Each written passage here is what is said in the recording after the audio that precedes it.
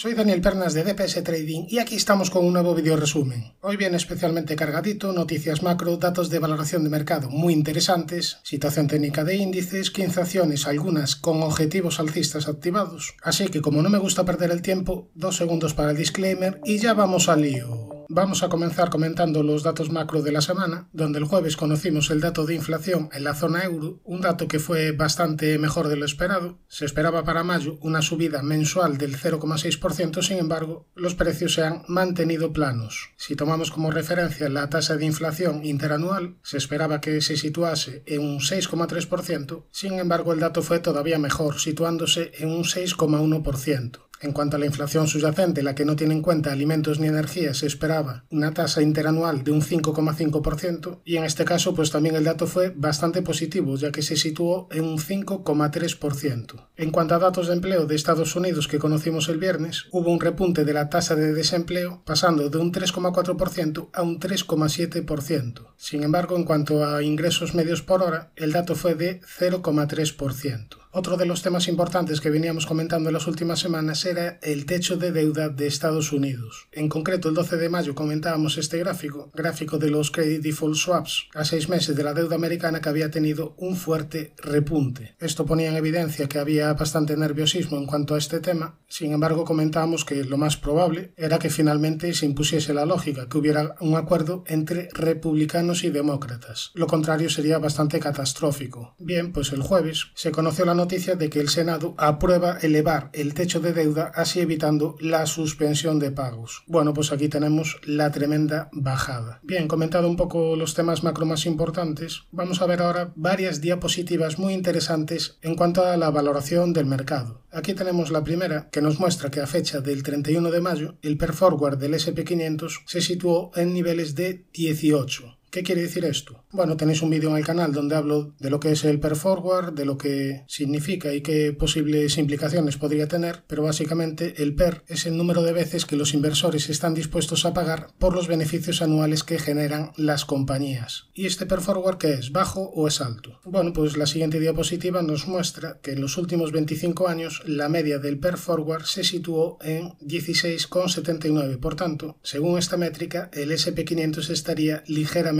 sobrevalorado. Ahora, la siguiente diapositiva nos muestra qué retorno anual podríamos esperar del S&P 500 teniendo en cuenta este PER Forward. Si miramos a un año, la rentabilidad sería ligeramente inferior al 10%. Eso sí, fíjate en la gran dispersión, hay mucha variabilidad en estos resultados, por tanto, no es demasiado significativo. Ahora, si tomamos en cuenta 5 años, la dispersión es bastante menor, el coeficiente de correlación sería de un 33%. Aún así hay bastante variabilidad, pero si tenemos estos datos en cuenta, la rentabilidad anualizada sería ligeramente inferior al 10%. Ahora, otra diapositiva que también es muy interesante sería esta, que nos relaciona el PER actual con la media del PER de los últimos 20 años. Y esto nos lo hace separando entre compañías value, compañías growth y entre compañías pequeñas, medianas y grandes. Según esta métrica, después de todas las subidas que llevan últimamente las compañías growth, estas serían las que estarían más sobrevaloradas. En concreto, las compañías grandes growth, ojo si tenemos en cuenta la media de los últimos 20 años. Según esta métrica, las compañías grandes estarían un 31,4% por arriba y en teoría las más apetecibles por valoración según esta métrica serían las compañías pequeñas tipo value. Bueno, y también las medianas, porque aquí están a 90,2% y las pequeñas a 90,6%. En general, las pequeñas y medianas value serían, según esta medida, las más infravaloradas. ¿Y por qué esto es así? Bueno, porque este año las growth, las grandes llevan un 20,8% de subida, las medianas un 7,6% y las pequeñas un 4,9%, frente a la caída de precio de las value, sobre todo las pequeñas con un menos 5% y las medianas con un menos 3,2%. Las tipo blend, que no hemos comentado, bueno, serían una mezcla entre las value y las growth. Bien, visto un poco esta parte, pasamos ya a analizar los gráficos. De nuevo, 2 segundos para el disclaimer, comenzamos. Comenzamos el análisis por el Nasdaq 100, un índice tecnológico que una semana más está mostrando fortaleza respecto al nivel de soporte de cortísimo plazo que marcábamos la semana anterior, es decir, los 13.517, y ahora podríamos marcar un nuevo nivel de soporte de cortísimo plazo en los 14.216. Además, esta semana fue bastante noble porque en intradía avisó de subidas con una figura de doble triple suelo. La podemos ver aquí en Visual Chart. Por tanto, tendencia obviamente alcista, de momento ninguna señal de debilidad. Es cierto que ya estamos entrando en sobrecompra y que quizás pudiéramos encontrar resistencia en la paralela a la directriz que une mínimos, o que también podríamos encontrar resistencia en esta zona sombreada amarilla, pero mientras vaya respetando soportes, seguirá la fiesta alcista.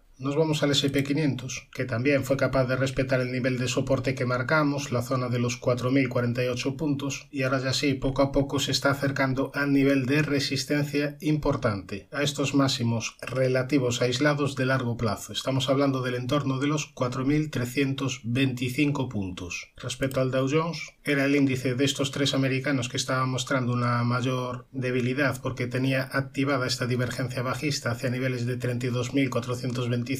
Esta divergencia seguiría vigente mientras no se superaran los máximos de la divergencia, pero este viernes ha tenido una sesión de bastante fortaleza. Veremos si la acaba anulando o la acaba cumpliendo. Después tendría zona de resistencia importante en los 34.340 puntos y sobre todo en estos máximos en el entorno de los 34.710. Superar este máximo sería una señal de fortaleza importante. Nos vamos al Russell 2000, que este viernes ha dado una primera señal de fortaleza de corto plazo tras romper este rectángulo al alza. Sí es cierto que estamos sobre la media de 200 sesiones y que esta media pudiera funcionar de resistencia, pero técnicamente el rectángulo estaría roto al alza. ¿Cuándo se anularía el objetivo? En caso de perder la zona de los 1703. ¿Y cuál sería el objetivo alcista? La zona de los 1940 puntos aproximadamente. Ya para medio largo plazo, la clave sería superar los máximos de agosto del año pasado, es decir, superar los 2033-2034 puntos, porque en ese escenario estaría activando una gran estructura de triple suelo. Nos vamos ya a Europa, vamos a empezar por el DAX, un índice alemán donde, si recuerdas, la semana pasada marcábamos una zona de soporte importante en esta zona sombreada amarilla en el entorno de los 15.660 y justo desde esta zona ha venido una reacción importante del precio. Ahora tendría zona de resistencia en este antiguo hueco bajista y después en niveles de 16.330, zona de máximos anuales que también coincide con zona de máximos del año 2022 y máximos del año 2021. Por tanto, esta zona de resistencia es muy importante. De momento la tendencia es claramente alcista y esto será así mientras no pierda estos últimos mínimos de largo plazo en el entorno de los 14.450. Ya para corto plazo, el nivel clave, lo repetimos una vez más, sería esta zona en el entorno de los 15.660 puntos. Respecto al Eurostoxx, la situación de largo plazo es alcista mientras no pierde estos últimos mínimos en el entorno de los 3.980, aunque el movimiento está siendo un poquito más sucio que en el DAX. ¿Por qué? Bueno, porque en este caso hemos perdido la directriz alcista principal y porque en este caso habría que tener cierta precaución porque tendría activada una pequeña estructura bajista por doble techo. Ahora, ya en el vídeo anterior comentaba que yo no me pondría bajista porque la media de 200 sesiones está en fase ascendente, pero mientras no superen los máximos del doble techo, corremos el peligro de que venga una corrección de corto plazo a la media. ¿Cuál sería el nivel de resistencia importante? Bueno, la zona de los 4.419, zona de máximos de este año que coincide con zona de máximos del año 2021. Respecto al IBEX, índice español, esta semana ha reaccionado desde la directriz alcista principal. Tendría primera zona de soporte esta directriz y niveles de 8.966 y ya para largo plazo el nivel a controlar sería la zona de los 8.500 porque en caso de perder este nivel estaría activando una gran figura de doble techo. En cuanto a resistencias tendríamos los 9.325 y sobre todo la zona de los 9.534 puntos. Respecto al CAC, índice francés, también continúa en tendencia alcista, mínimos y máximos crecientes, media de 200 sesiones en fase ascendente y aquí el nivel a controlar para largo plazo serían los mínimos en el entorno de los 6.792. Mientras no pierda este nivel no dará señales de debilidad de medio y largo plazo.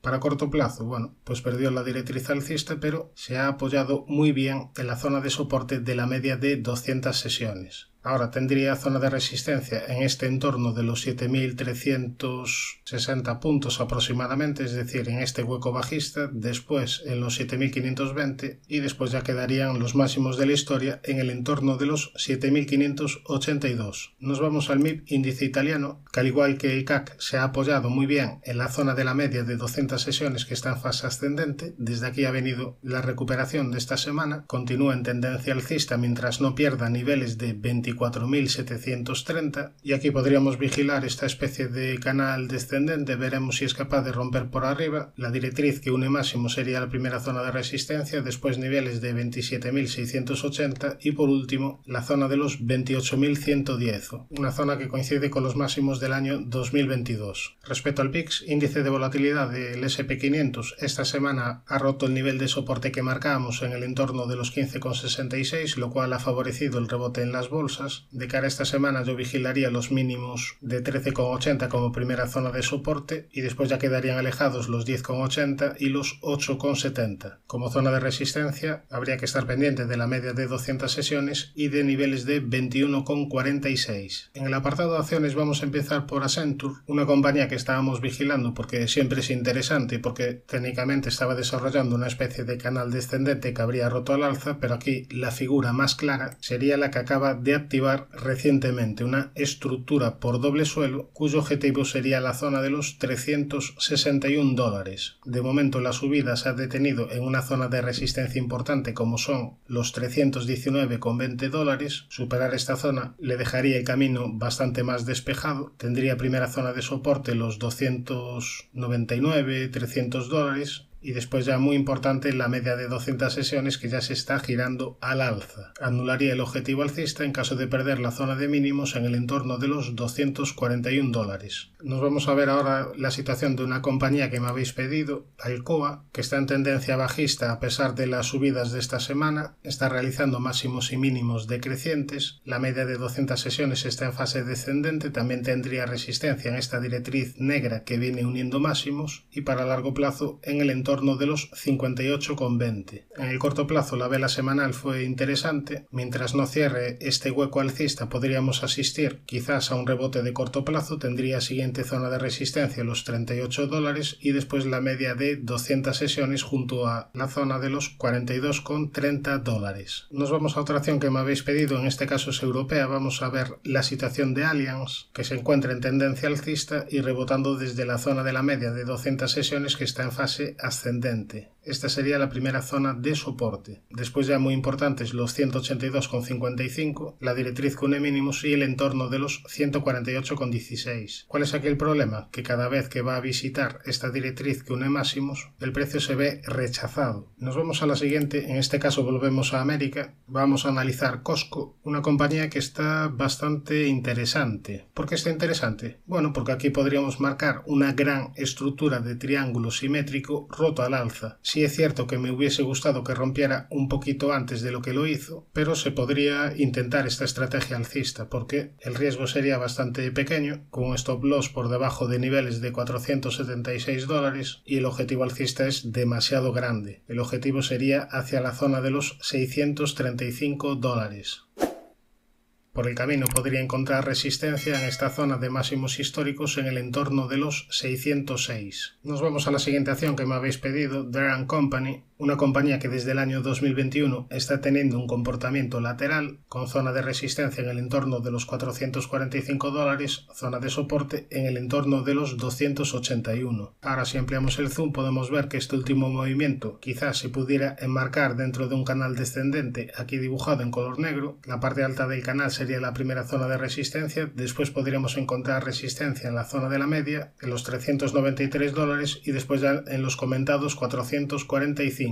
La vela semanal es bastante positiva, además sobre una zona de soporte importante como es la zona de la media. Veremos si tras la aparición de esta vela el rebote tiene continuidad. Nos vamos a la siguiente acción que técnicamente tendría objetivo activado por este rectángulo. El objetivo sería la zona de los $32, tendría primera zona de soporte de corto plazo los 22,60, después ya la zona de la media los 16,90 y los mínimos de este rectángulo. Nos vamos a la siguiente acción que sería FCC, acción de la bolsa española, que en el largo plazo tendría activado esta estructura de techo hacia niveles de 6,38 aproximadamente y en el corto plazo yo vigilaría esta estructura de rectángulo dibujado en color amarillo. Superar la parte alta en el entorno de los 9,50 sería una señal positiva, perder los mínimos del rectángulo en el entorno de los 8,62 añadirían un nuevo objetivo bajista que se sumaría al objetivo comentado anteriormente por este techo. Ahora nos vamos a la siguiente acción, volvemos a bolsa bolsa americana, pero antes comentar que si quieres análisis de acciones españolas, este fin de semana estoy analizando todas las acciones del IBEX 35, así que si te está gustando este análisis, suscríbete al canal para no perderte ningún contenido. Ahora sí, nos vamos ya a la siguiente, Home Depot, que técnicamente tendría activado objetivo por doble suelo. En este caso el objetivo sería hacia la zona de los 389,40 dólares. Sí es cierto que activó el objetivo y una vez que te activa el objetivo aparece esta vela un tanto preocupante, a partir de ahí caídas. Se perdió esta zona de soporte de los 303,60 y ahora esta zona es la primera zona de resistencia a superar. Como zona de soporte yo vigilaría los 276,80 y la zona de los 259 dólares. El que no esté dentro de Home Depot, yo al menos le exigiría romper esta zona de resistencia de corto plazo y rellenar este hueco bajista, porque de momento la media está en fase descendente y actuando de resistencia. La siguiente acción que vamos a ver sería Huntington Ingalls Industries. Perdona mi nivel de inglés si lo he pronunciado mal, pero aquí tenemos el gráfico, que es lo importante.